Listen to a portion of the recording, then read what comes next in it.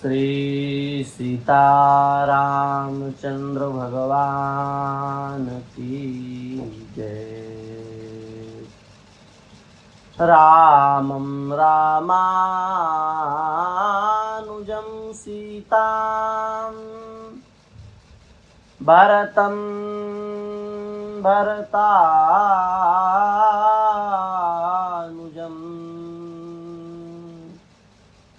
सुग्रीवं वायुसूनुं च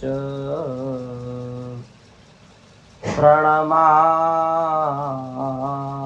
पुनः पुनः। श्यामाम्बुदाभमर विन्दविशालनेत्रम् बन्धूकपुष्पसदृशा दर्पाणिपादम्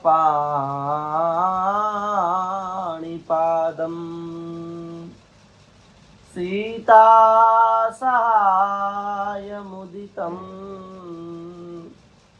धृतचापबाणम्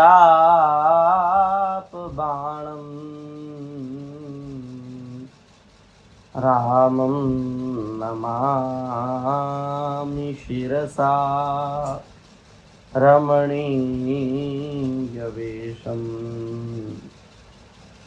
श्री रामनवमी महामहोत्सव की जय हो। आज बड़े ही हर्ष का हम सबके जो जीवन के विशेष दिवस हैं, उन्हीं दिनों में अत्यंत विशिष्टतम दिवस के रूप में जो सम्मिलित होने जा रहा है, ऐसा परम रम्य रुचिर मधुर अखिलांड कोटि ब्रह्मांड नायक सर्वेश्वर सच्चिदानंद जगन्नियंता जगदाधार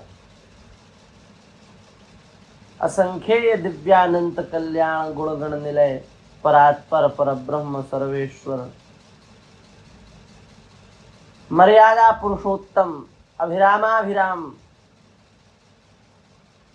श्री सीताराम जी की महती कृपा करुणा से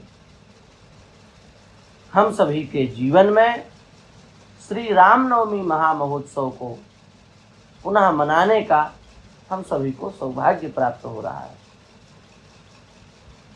वस्तुतः यह जो रामनवमी है, ये परम कल्याणकारी तिथि है।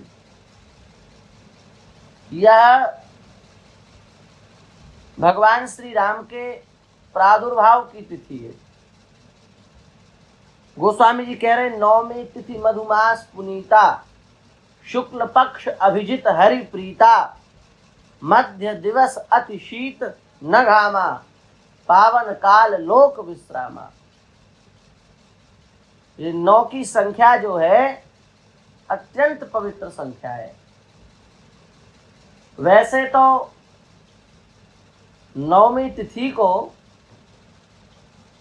रिक्ता तिथि माना गया,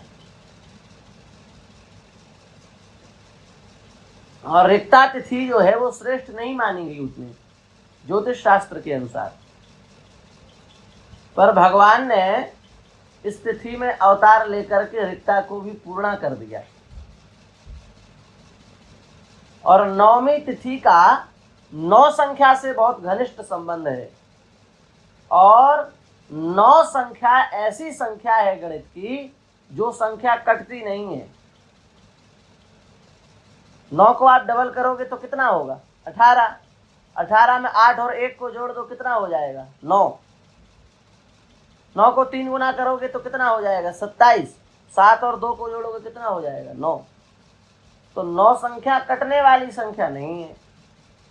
9 के अतिरिक्त 7 को डबल करोगे तो हो जाएगा 14। 14 में 4 और 1 को जोड़ोगे तो 5 ही होगा, कट गया। तो भगवान ने नवमी रिक्ता को भी अपना आविर्भाव दिवस बता करके पूर्ण कर दिया। अपने आविर्भाव की तिथि घोषित करके उसको पूर्ण कर दिया। मानो भगवान श्री राम यह संदेश देना चाहते हैं कि तुम किसी भी प्रकार से दीनहीन हो तो चिंता मत करो, तुम मेरी शरण में आ जाओ, मेरी शरण में तुम आ जाओगे तो मैं तुम्हें पूर्ण कर दूंगा। ये इसका संदेश है। इसलिए शास्त्रों में लिखा है कि जो नवमी तिथि का, ये रामनवमी की पवित्र तिथि का जो व्रत करता है उसके समस्त पाप, अशेष पापों का भी नाश हो जाता है। जन्म जन्मांतरों के संचित क्रिय प्रारब्ध कर्म सबे जावे मुचि, सब कर्म नष्ट हो जाते हैं, भगवत धाम का वह अधिकारी हो जाता है। श्री रामनवमी के व्रत से भुक्ति और मुक्ति दोनों की सिद्धि होती है। भुक्ति की भी प्राप्ति होती है और मुक्ति की भी प्राप्ति होती है।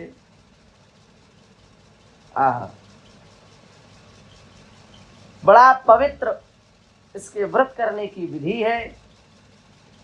मंडप बनाने की आज्ञा शास्त्रों में है। मंडप बना करके और अष्टदल कमल बना करके मध्य में श्री सीता रामचंद्र भगवान को स्थापित करके श्री राम जी का पूजन करें।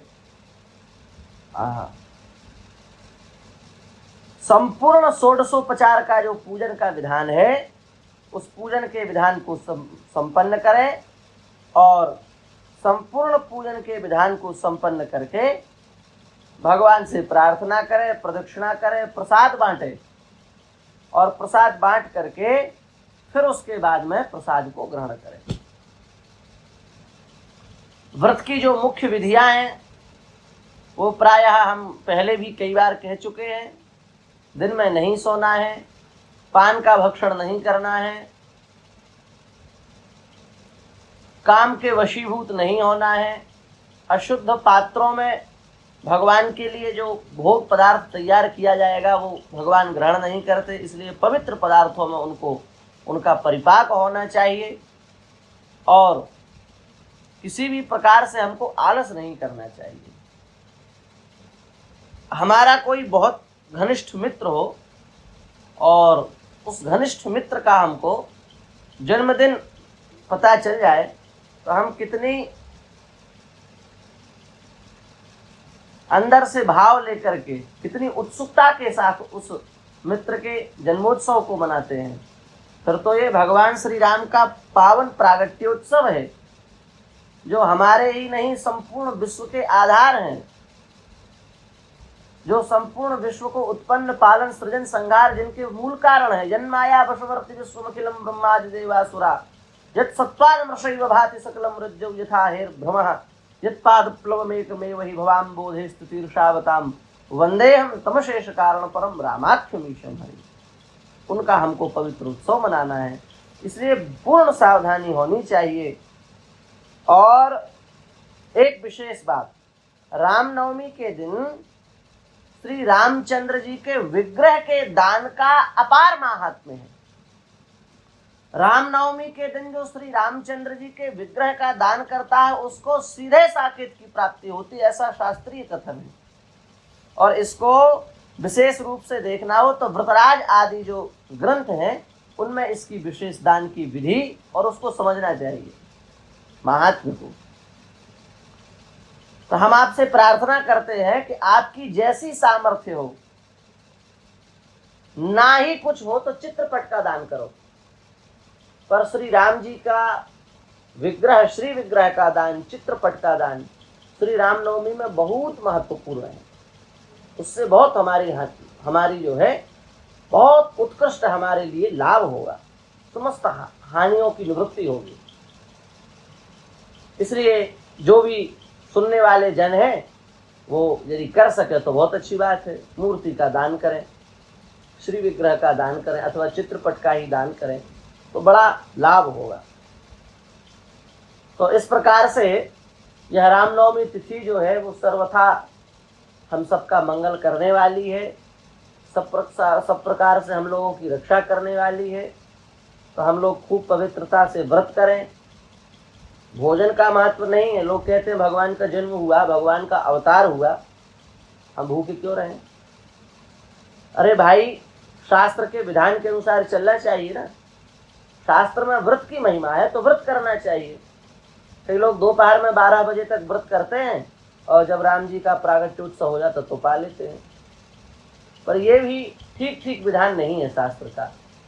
अब अपने मन से कर रहे हैं वो एक बात अलग है, भगवान भाव के भूखे हैं, कई प्रकार से लोग कह देते हैं, ठीक है, अपनी अपनी जगह सब ठीक है। फिर भी व्रत का जो विधान है, शास्त्रीय जो प्रमाण है, उसके अनुसार हमको उसकी मर्यादाओं का ध्यान रखना चाहिए और मर्यादाओं का ध्यान रखते हुए संपूर्ण रामनवमी का व्रत करना चाहिए। फिर पारण करके, फिर जो तुलसी दल लेकर, चरणामृत लेकर, फिर आगे की जो भी प्रसाद की विधि वो करना चाहिए। तो इस प्रकार से यह पवित्र रामनवमी का भगवान का मंगलमय उत्सव है। हम सब खूब इसको धूमधाम से मनावें और बस नाम के अधीन हो जाएं, नाम के अधीन हो जाएं, श्री राम नाम को अपने जीवन का आश्रय बना लें। ऐसा संकल्प करें कि है हरि नाम को आधार, उससे हमारा कल्याण हो जाएगा। बढ़ी है राम नाम की ओट, शरण गए प्रभु काढ़ देत नहीं करत कृपा के कोट। बैठत सभे सभा हरिजू की कौन बड़ो को छोट, सूरदास पारस के परसे मिटत लोह की खोट।